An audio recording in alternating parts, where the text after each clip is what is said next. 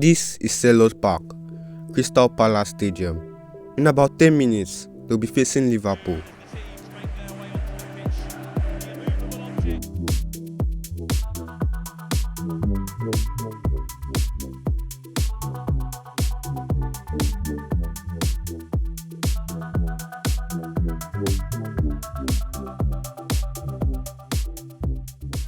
The match ended 2-1 in favour of Crystal Palace. Oliver Glasner's men has achieved another remarkable feat. They have won 18 matches in a row.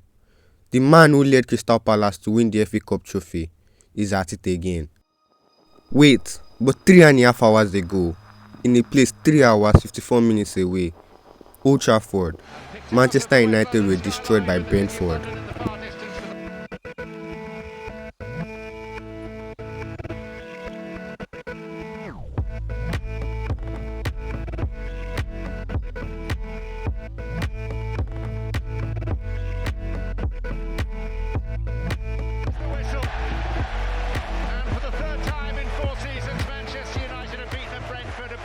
Rúben Amorim's 18th loss as a Manchester United coach.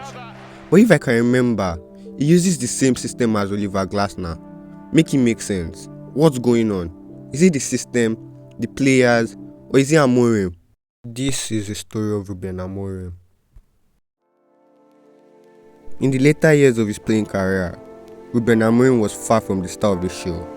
Once a Portuguese international and part of Benfica's squad, his time on the pitch slowly faded under the weight of recurring injuries. By 2017, he stepped away from professional football. For many, that would have been the end of the story. But for Amorim, it was just the beginning. Almost immediately, he turned to coaching, starting small with Casapia in Portugal's second tier. Even at that level, people started to notice.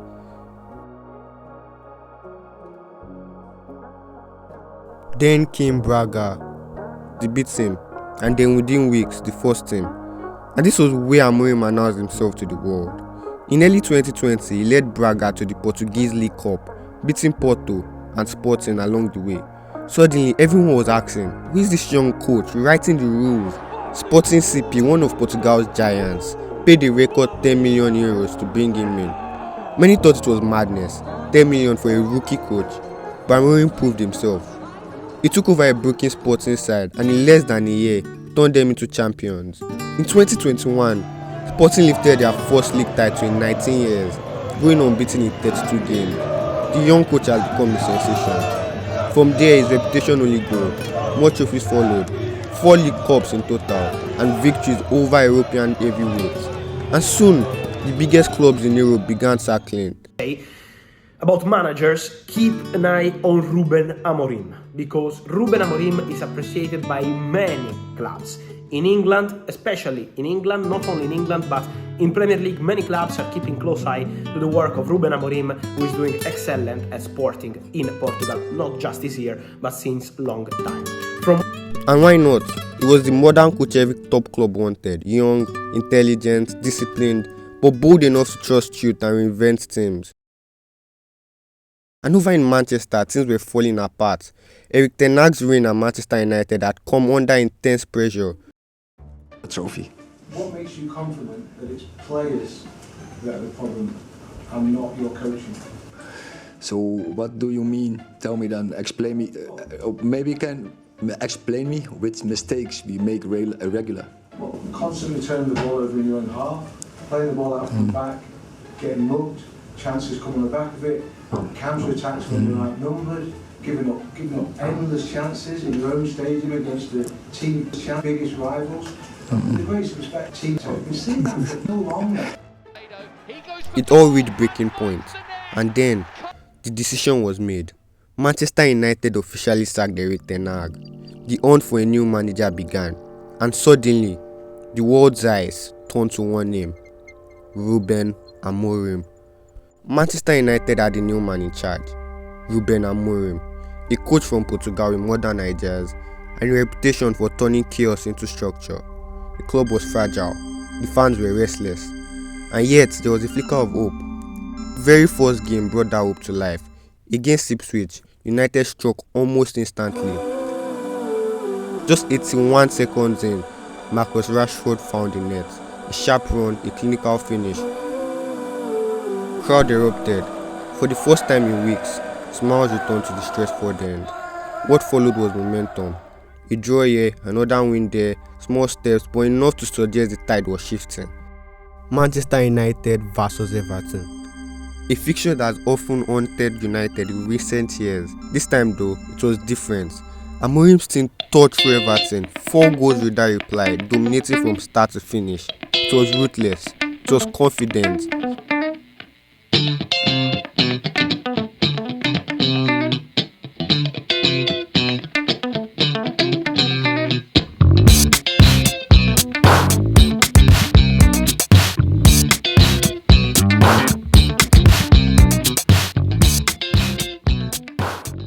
Been waiting for this moment. I've been waiting to talk to Landon and Mubs there. It was Smiley the kind of faces. performance fans had been craving for months.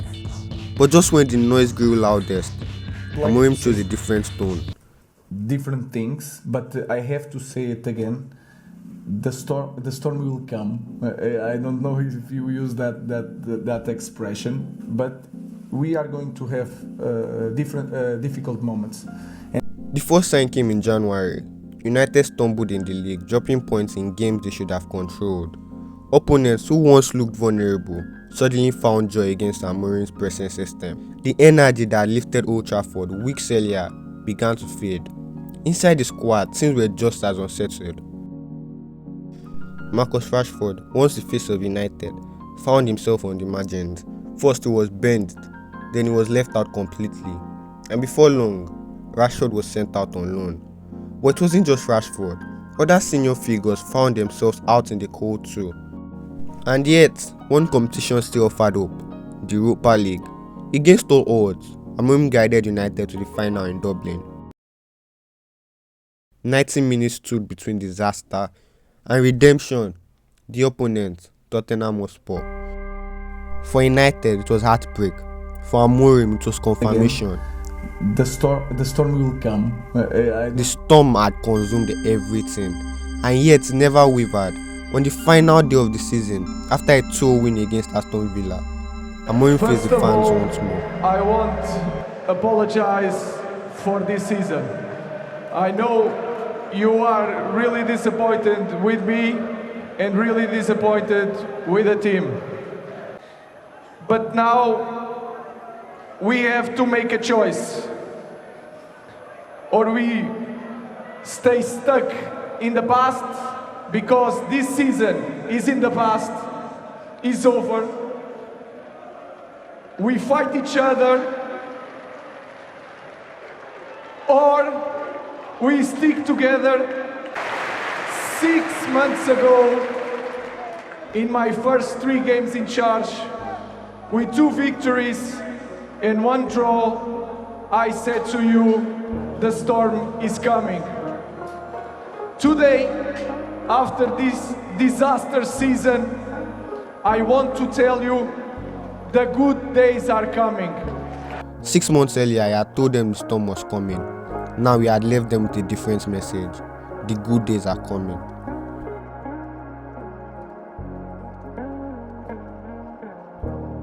Manchester United has spent big under Rúben Amorim. New faces have arrived, each carrying the weight of expectation.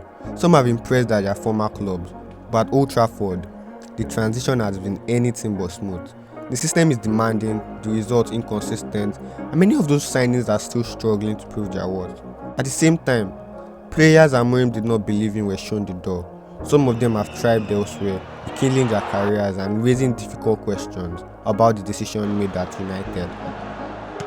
Absolutely. I mean, you're talking about Man United, one of the biggest clubs in the world. Let's be fair, he's a lucky boy still to be in a job.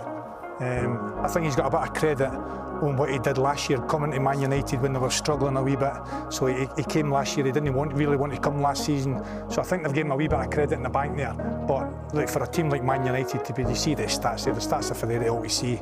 So he's very lucky to stay in his job.